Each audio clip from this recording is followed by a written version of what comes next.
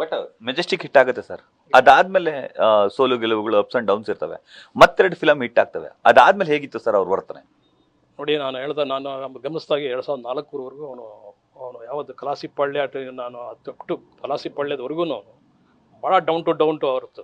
ಅವನು ಯಾವ ಥರ ಅಂತಂದರೆ, ಹುಡುಗರು ಸರ್ಕಲ್ ಹೇಗೆ ಅಂತಂದರೆ ಅವನು ಯಾವತ್ತು ಒಂದು ಜೊತೆ ಓದ್ತಾ ಇದ್ರು, ಅವತ್ತೆಲ್ಲ ಚೆನ್ನಾಗಿದ್ರು, ಆ ಹುಡುಗರ ಜೊತೆನೇ ಇದ್ದ ಹೊರತು ಈಗಿದಾರಲ್ಲ ಈ ಥರ ಒಂದು ಕೆಟ್ಟ ಸರ್ಕಲ್ ಇರಲಿಲ್ಲ ಅವನಿಗೆ. ಅವ್ನು ಬಂದರೆ ಮೈಸೂರಿಗೆ ಬಂದರೆ ಆ ಹುಡುಗರು ಜೈಸಸ್, ಪಾಪು, ಧರ್ಮ ಇವರೆಲ್ಲ ಅಂತ ಸ್ನೇಹಿತರುಗಳೆಲ್ಲ ಸೇರಿಕೊಂಡು ಒಂದು ಸಣ್ಣ ಪಾರ್ಟಿ ಮಾಡ್ತಾಯಿದ್ರು ಇಟಿಗೆ ಕೂಡ. ಯಾವ ಥರ ಅವನು ಅಷ್ಟು ಸರಳ ಮನುಷ್ಯ ಅನ್ನೋದಕ್ಕೆ ಒಂದು ಉದಾಹರಣೆ ಹೇಳ್ತೀನಿ.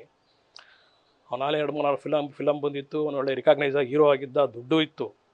ಆದ್ರೂ ಅವ್ನು ಪಾರ್ಟಿ ಮಾಡಿಬಿಟ್ಟು ಮನೆಗೆ ಹೋಗಲಿಲ್ಲ. ಅವನು ಎಲ್ಲ ಹುಡುಗರೆಲ್ಲ ಇಲ್ಲೇ ಇದ್ದಾರೆ, ಮನೆಗೆ ಹೋದರೆ ಗೊತ್ತಲ್ಲ ಎಲ್ಲ ಕುಡ್ಕೊಂಬಂದವ್ರೆ ಅಂತ ಇದು ಮಾಡ್ತಾರೆ ಅಂದ್ಬಿಟ್ಟು ಹುಡುಗರೆಲ್ಲ ಪ್ರಿಂಟಿಂಗ್ ಪ್ರೆಸ್ಸಲ್ಲೇ, ಬೆಳಿಗ್ಗೆ ಪ್ರಿಂಟಿಂಗ್ ಪ್ರೆಸ್ಸಲ್ಲೇ ಉಳ್ಕೊಳಕ್ಕೆ ಮಲ್ಕೊಳಕ್ಕಲ್ಲೇ ಹೋಗ್ತಾಯಿದ್ರು. ಇವ್ನು ಹೋಗ್ಬೋದಾಗಿತ್ತು. ಅಲ್ಲೇ ಎದುರುಗಡೆ ದರ್ಶನ್ ಪ್ಯಾಲೇಸ್ ಇತ್ತು, ಹೋಟ್ಲು, ಒಂದು 2,000 ರೂಪಾಯಿ ಕೊಟ್ಟಿದ್ರೆ ಒಳ್ಳೆ ಲಕ್ಸುರಿ ರೂಮ್ ಸಿಗ್ತಾಯಿತ್ತು. ಅದೆಲ್ಲ ಹೋಗಲಿಲ್ಲ.